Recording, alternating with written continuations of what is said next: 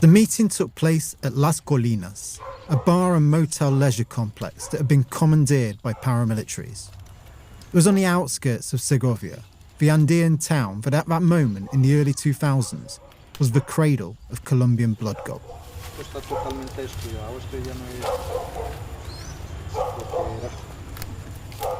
Years later, two of the former union leaders who were at that meeting, Leonel Carvalho and Guillermo Vélez, who we met last episode, took us up there.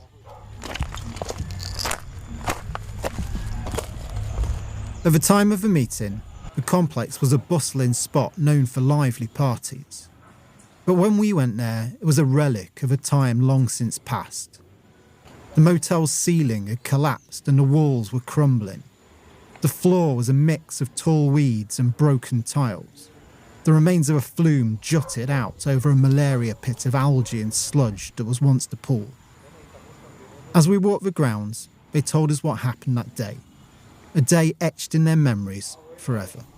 Tenían centinelas en todos los alrededores, armados, armas largas, como si fuera un ejército. The paramilitaries had sentinels armed with long guns posted around the site, just like an army, Guillermo told us. Nos fueron requisando, entonces entramos acá por esta puerta y allá nos estaba esperando, estaba todo el... The guards passed them and the other union leaders down, then ushered them in, Leonel said. Inside, waiting at a table running across the dance floor, was a lineup of paramilitary commanders. Varios personajes de comandantes o comandantes de las autodefensas. Entre ellos, Macaco, que fue el que nos citó. Among them, Carlos Mario Jimenez, alias Macaco. Macaco was a drug trafficker and a warlord. He was pudgy, middle-aged, with a beefy, sagging face and a gruff beard. And, as Leonel and Guillermo described for us, he dominated the meeting. Lo primero que dicen es, nosotros somos el bloque central Bolívar.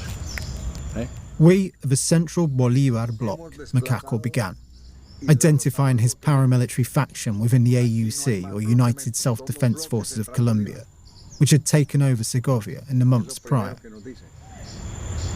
Los hemos citado, pero si ustedes le han dicho algo a la policía o al ejército y aquí aparece uno de ellos, ustedes se mueren. We've called you here, but if anyone tells the police or the army about this, then you'll die, he said. Todo el mundo tiene que colaborar y el que no quiera, nosotros nos las arreglamos con él. If anyone goes to report us to the Attorney General's office, we'll know. We have our people there who'll tell us and we'll fix them. It was a chilling message, but it was what he said next that hit the hardest. Y nos dijeron que ya ellos habían hecho unos acuerdos con la administración porque ellos necesitaban financiarse. The union had just held an assembly for the workers and pensioners of their company, Frontino Gold Mines. There, they'd all voted to take control of the company for themselves. However, Macaco told them the paramilitaries had come to their own agreement with the Frontino management. The union was not to interfere in this process, he said. If they didn't keep quiet and relinquish their claim on the company, then they'd have to fix them as well. The message was clear. Frontino, which had been the social and economic heart of Segovia for 150 years, would soon belong to them. From Insight Crime, this is The Shadow of El Dorado, a series about the intricate web of corruption, violence and complicity behind the gold trade in Segovia, and the story of how this once thriving Colombian mining town became a mafia stronghold. I'm James Bargent. And I'm Matt Charles. This episode, we'll explore how organised crime and Colombia's conflict took over Segovia. This is episode 3, Them.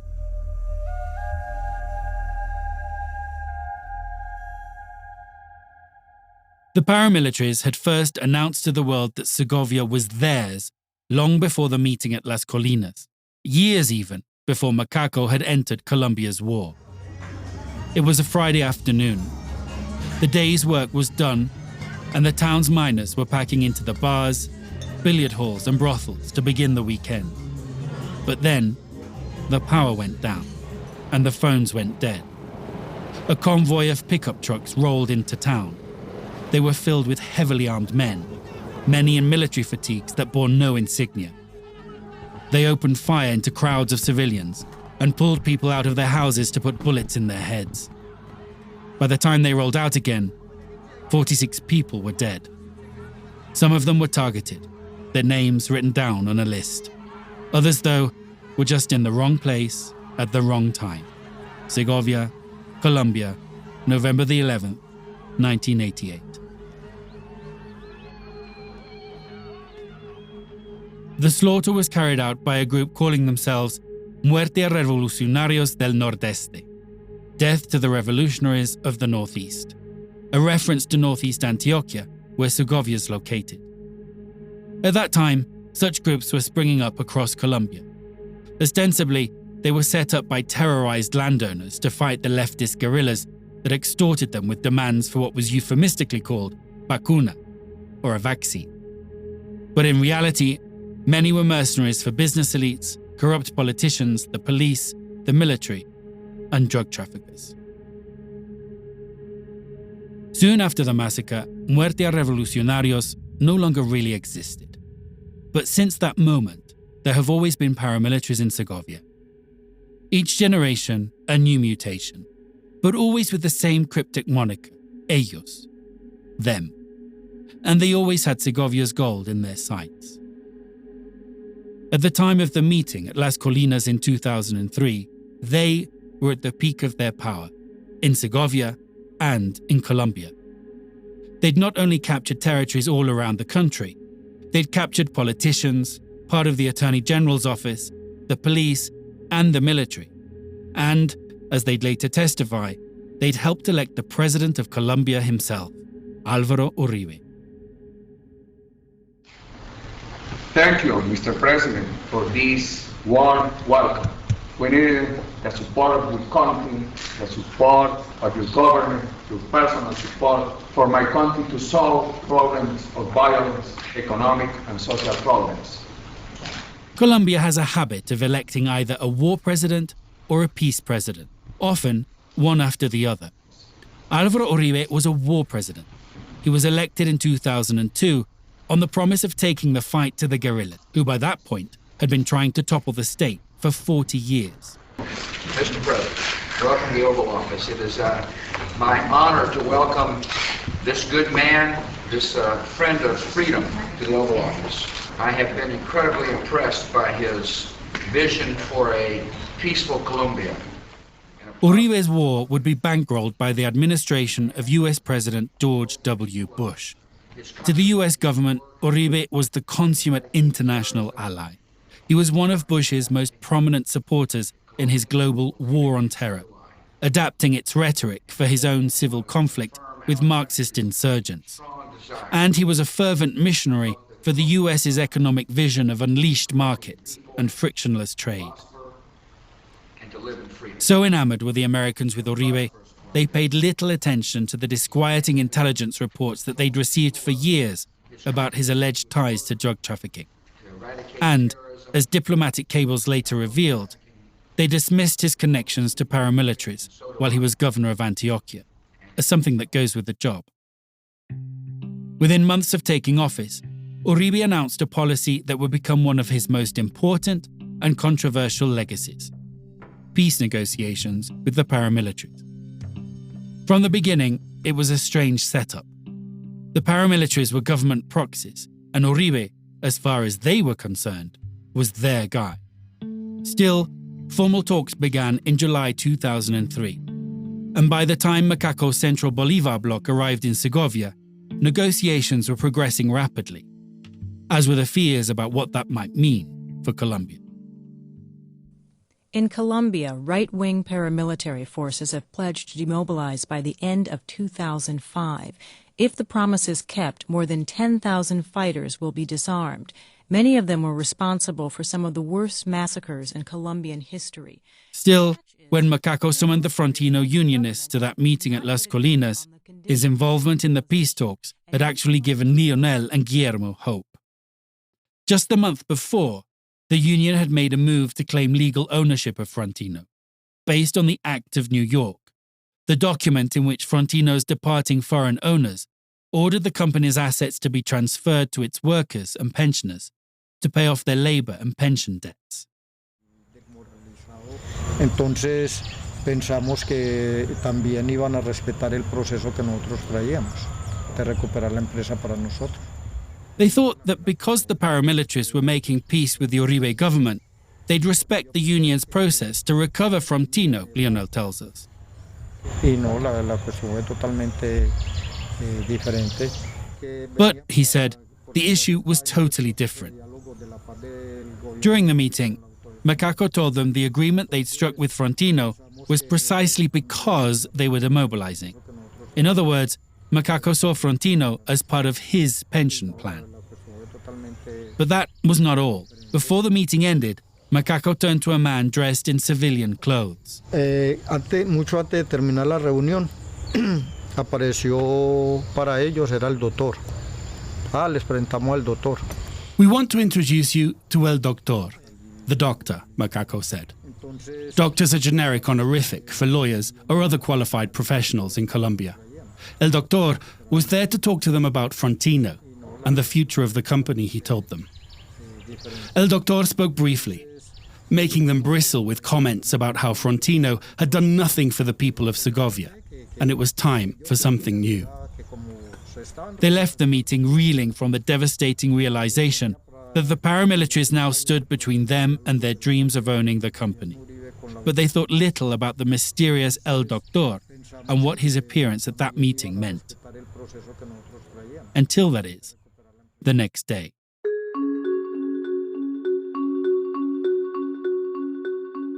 Lionel and Guillermo were called to a union meeting at the mechanical workshop. There, they were introduced to Raúl Lalinde. Lalinde, they were told, was one of a team of special advisors sent to represent President Uribe in the matter of Frontino gold mines. Lionel recognized him straight away.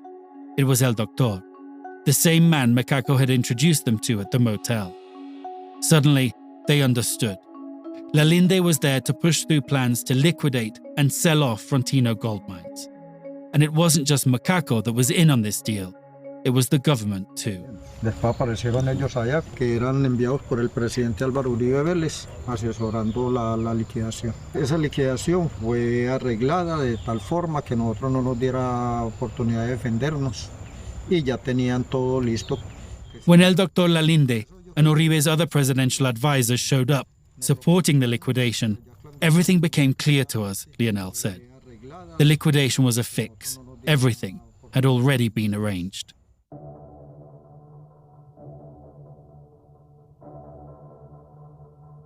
As the peace process progressed, Frontino was placed into liquidation, almost exactly a year after the meeting at Las Colinas in 2003. And Macaco checked on what he believed was his investment. At one point, he led a small convoy of trucks to the gate of Providencia, Frontino's most lucrative mine. "Let us in," Macaco told the guard. "I want to see what I'm going to buy." Startled but resolute, the guard asked if he had a permit to enter. And after Macaco told him he didn't, the guard held his ground. No permit, no entry. One person who was there that day told us that Macaco smiled. "Good man," he said to the guard. "When I run this place, you can work for me." And then he left. A month later, Macaco demobilized along with almost 2,000 of his men, handing the government 1,200 rifles, 500 grenades, 13 rockets and 2 helicopters, each fitted with a 50mm machine gun.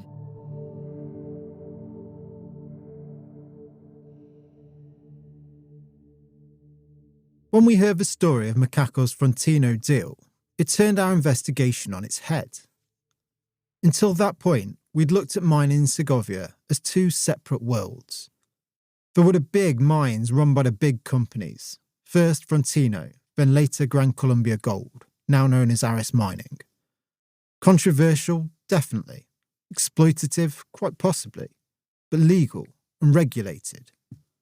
Then there were the informal miners, who were the economic and social heart of the town, but existed in the unregulated grey area that had been filled by mining mafias and armed groups like Macaco's paramilitary army. With Macaco's deal, though, those two worlds began to merge in one, and our concept of blood gold began to expand. We realised it was not only gold extracted from informal mines that was tainted by conflict, corruption and criminality, but also the gold produced by major corporations. But that story left us with a lot of questions. What was Macaco's Frontino deal exactly? And what became of it? What was his relationship to Lalinde? And did President Uribe know what was happening here? In search of some answers, we tracked down a former Frontino general manager. Fresquito entonces, tinto no fresco sí. Ah, no, yo estoy bien, gracias. Aguardiente pues. Mario Piedrahita lives in a neat middle-class house in a quiet middle-class suburb in the city of Medellin. It looked like he'd left Segovia far behind. He had a little yapping dog and a prim wife who happily chatted with us about Christmas holidays and family visits. Buenas. ¿Cómo le va? Ay, mucho gusto. Marisa, mucho gusto. Marisa. Ay. But Mario is of the same breed as the old Unionists, Leonel Carvalho and Guillermo Birles. He's one of the Frontino men, and he had not left Segovia or Frontino behind. They were right there in his back room, packed into cardboard boxes.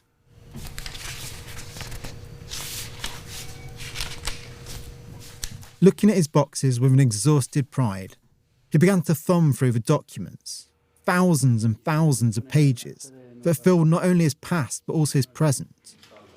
Mario has the gaunt look and wiry frame of a man who's seen too much of life, but his eyes lit up with the thrill of a righteous fight when he talked about Frontino.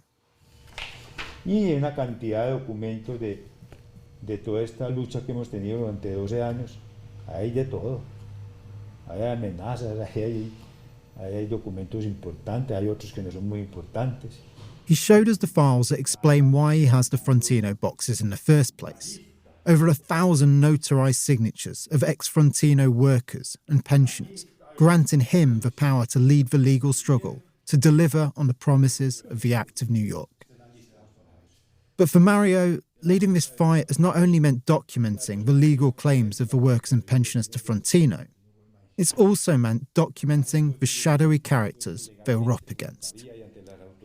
Among them was Raul Lalinde, advisor to both Macaco and President Uribe on the Frontino issue. Bueno, también cuando estaban en este proceso de liquidación y vender la empresa, la presidencia de la República, el doctor Uribe tenía unos asesores. Esos asesores se presentaron allá en el pueblo ante los trabajadores y los reunían y les decían, y los asesores. Mario told us how Lalinde and Uribe's other advisors would meet with the workers and pensioners to push plans to liquidate and sell Frontino. While they didn't explicitly mention Macaco and the paramilitaries, the Frontino men knew Lalinde was also advising Macaco, and fear hung heavy over these meetings. Ahí no hay nada claro, todo es oscuro, todo es oscuro. There's nothing clear about what happened. Everything is murky, he said. Our own investigation into Lalinde found deep ties between him and Macaco. We uncovered evidence that he'd been a frontman for businesses tied to Macaco, that he'd acted as an intermediary in dealings between politicians and Macaco's paramilitaries, and that he'd been charged with crimes related to the forcible displacement in a case involving land stolen by Macaco's paramilitary bloc. It was Lalinde that proves, the Frontino men say, that what happened with Frontino was part of a criminal conspiracy. Mario turns to a report that shows they tried to warn President Uribe about this, to make sure he knew that they had inserted themselves into Frontino's liquidation process. It was a briefing the union had prepared for Uribe and pressed into his hands when he made a rare personal appearance in Segovia in 2008. It tells Uribe that since they discovered the Act in New York and started agitating for the company to be handed over to the workers and pensioners, union members have suffered murders, threats, displacement and false imprisonment. It alleges that one of Uribe's special advisors was siphoning off money from the company payroll, and describes how another, Raul Lalinde, had introduced himself as an advisor to Macaco and his paramilitaries. Señor Presidente Álvaro Uribe Vélez, it reads. We can see that this liquidation woke the ambitions of people both known and unknown, who have blinded people into thinking the only solution to resolve this conflict is the sale of the company.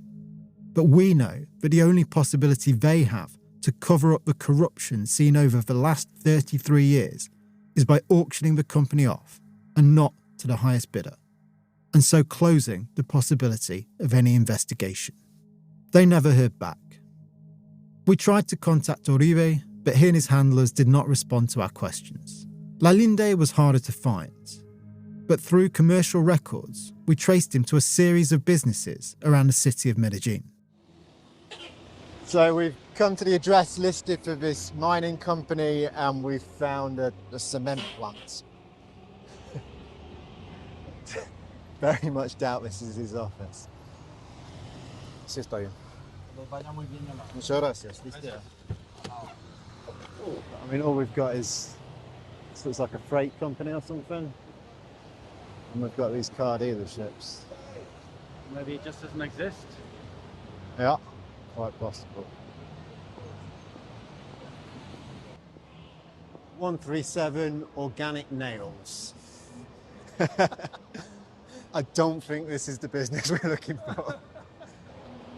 After chasing a few dead ends, we tracked him down to a heavy machinery company whose offices were an industrial park on the outskirts of the city. Estamos buscando el señor Raul Lalinde. Raul Lalinde. We got through the gates and up to his office, where... Hola, buenas tardes. Sí, todo bien. Estamos buscando el señor Raul Lalinde. Ah, pero su oficina es aquí. Ajá. Pero él va a estar más tarde hoy o no está en la oficina.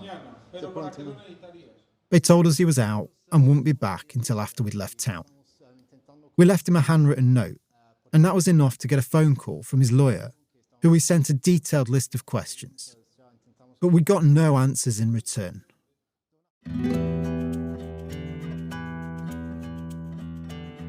Around the time the union handed their urgent report to Uribe, the president found himself and his peace process under fire.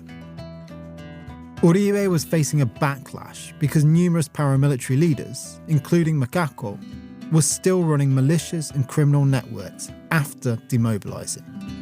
So Uribe kicked them out of the peace process.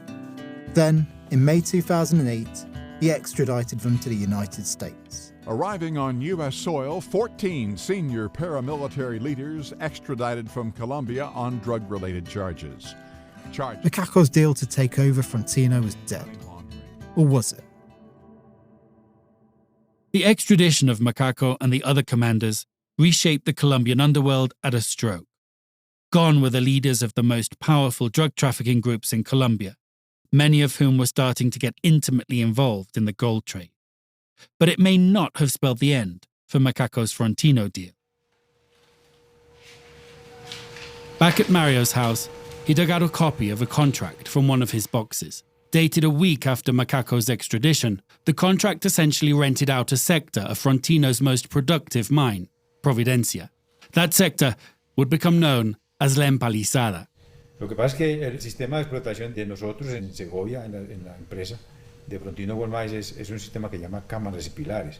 La Empalizada, Mario explains, was different from anything that had been done previously in Segovia mining, at least what had been done legally. Frontino was an industrial-scale mechanized mining operation. They worked using what is known as room and pillar mining, where they dig rooms out of the rock to get at the ore it contains, but leave giant pillars to prevent the ceiling collapsing.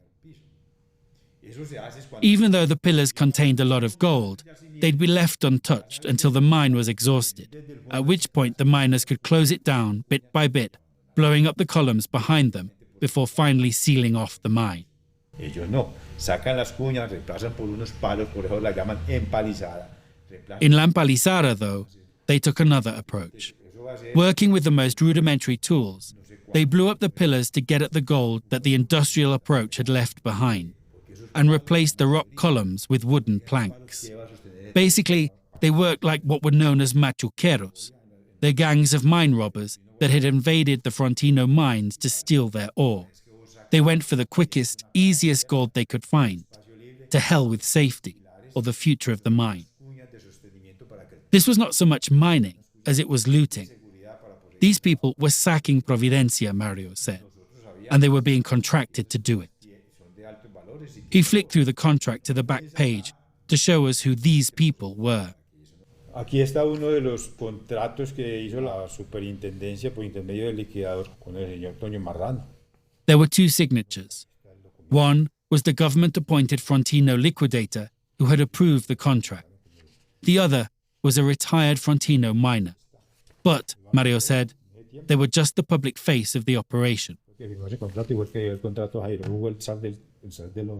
The real power behind La Empalizada was Jairo Hugo Escobar, a man who would go on to be known as the Gold Tsar of Segovia. He was a business partner of Macaco and his paramilitaries. He was even identified in some reports as the inheritor of Macaco's mining titles. Many in Segovia point to this as evidence that the Frontino mines ended up in Macaco's hands after all. But the story we uncovered after obtaining witness testimonies given to police, prosecutors, and in court, though, painted a more complex and opportunistic picture. Jairo Hugo had worked with Macaco's paramilitaries as a local-level drug trafficker and financed machuquero operations.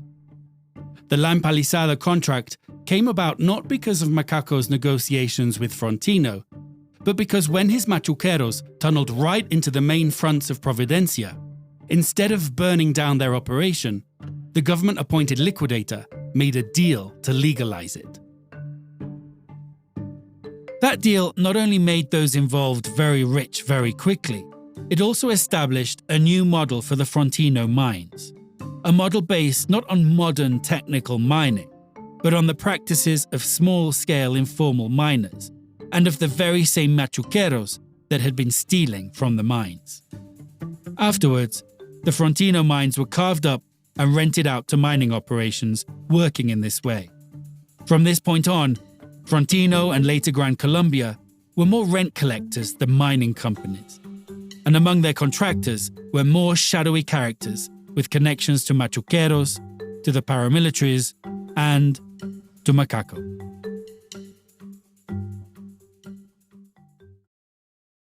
I found one of these contractors not far from Mario's house.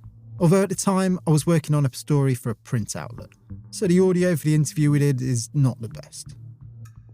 Sat behind his desk of his glass-walled office in a shining tower block in the posh part of Medellin, Julio Erazo's bullish shoulders hunched into his bullish neck. He had a fierce stare that was both earnest and menacing. His close-cropped head crumpled with tension. And then he said the quiet part out loud. Más hacia atrás de eso, James, yo te voy a contar algo. Con un gran riesgo que no sé cómo lo vayas a colocar. I'm going to tell you something, James, he started. And this is risky. I don't know how you're going to see this. I've never told it to a journalist before. Pero también tengo una parte, digámoslo así, un lado oscuro en mi pasado. Yo soy desmovilizado de un grupo de autodefensa. ¿Ya? I have a dark side to my past. I'm a demobilised member of a paramilitary group. Julio then told me he joined the ranks of Macaco's paramilitary bloc in 2001. Not as a fighter, but as an administrator, managing finances and logistics. 2 years later, when Macaco set up a new base in Segovia, Julio followed. What he found there was the chaos of La Batea, the paramilitary-backed ransacking of the Frontino mines by machuqueros, which we talked about last episode. Julio, though, who was a numbers person, recognised the economic potential in gold mining. Nuestra gran riqueza no pueda llevarse bien administrada. Where others saw quick profits, Julio saw a long-term business. He went to his commanders and told them they should stop the looting and organise the miners. But they didn't listen, he said. Entonces, para uno era muy difícil. Y tuve problemas incluso muy fuertes, muy marcados. Llegué prácticamente a ser expulsado de esa región. He kept on insisting, to the point where it started causing him serious problems in the organisation, he said, but to no avail. After demobilising with Macaco in Segovia in 2005, he struck out on his own. At least that's the story he told me. Soon, Julio caught wind of the Frontino contracts. As some were going to retired miners, he partnered with a Frontino pensioner, he said, and in 2008 they landed their first contract. He recruited for his team the same people who'd been sacking the mines under the protection of the paramilitaries, the machuqueros. Entonces los tengo vinculados ahí, les doy lo que les gusta a ellos. Les defiendo lo que les gusta a ellos. He convinced them to work with him, he said, because he understood them. He defended their way of working, and he gave them what they wanted, a cut of the gold instead of a wage. But he still had to clear his new business with his old AUC comrades. Many of them had lingered in the area after the demobilisation, and they'd formed a new iteration of them. They'd shed their counter-insurgent facade and were now interested in just one thing: money. Pero nosotros paralelamente, así como hemos crecido, siempre tuvimos, James, digámoslo así, un karma cargando encima. Y era el estar sometidos a un modelo extorsionario. It was karma, Julio said. He was able to stay in 2008 because there were still paramilitary commanders that he knew. But, he stresses, his position was the same as anyone else, just a normal citizen. Te quedas, pero igual, ya sabes cómo es el sistema. Hagas extorsión. Hagas tu vacuna. They said to him, okay, you can stay, but you know how this system works. You paid the vacuna, the vaccination, employing the same term the guerrillas used to refer to their extortion of landowners. Even though he just had a short-term contract for a tiny corner in a bad sector of the mine, Julio went in with the intention of doing things right, he said. Unlike the other contractors, who had the idea of simply grabbing as much gold as they could get, however they could get it. Throughout our conversation, Julio had a sincerity about him, an earnestness beyond that air of latent menace that accompanies most conversations with current or ex-criminals. He painted his story as one of redemption, of crossing from the underworld to the legal world, and bringing a group of illegal miners with him. But he also knew this would never be a simple story to sell. Yo siempre le digo a cualquiera de la institución, yo le digo, miren, yo sé que ustedes se sientan conmigo, y ustedes ven dos personas. Whenever he met with the government, he said, they looked at him with suspicion. They always see this other person sitting there as well, Julio said. They always see the shadow of my past.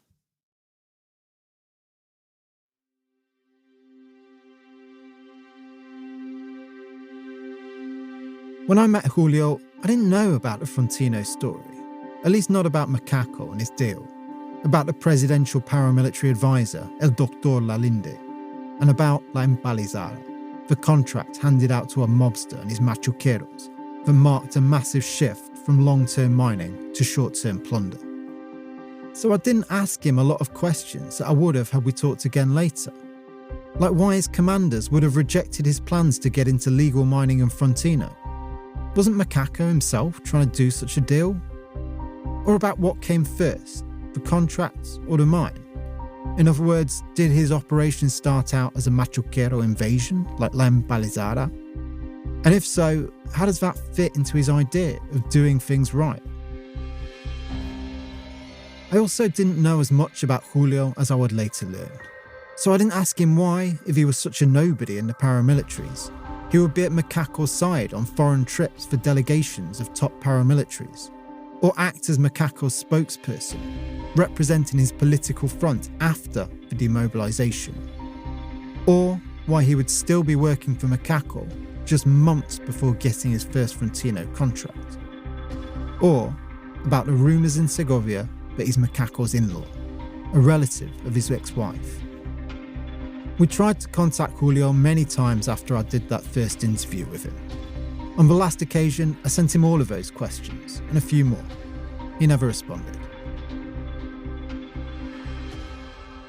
For all our lingering questions, though, we found no concrete evidence to tie Julio or his mining business to Macaco today. Nor could we trace any direct connections between Macaco and La Empalizada and the other Frontino contracts. But while the contractors might not have inherited Macaco's Frontino deal, they did inherit a world it left behind. A world where the differences between legal and illegal mining and between legitimate business and organised crime had been rendered all but meaningless, and where the riches of Frontino were fair game for anyone cutthroat enough to play for them.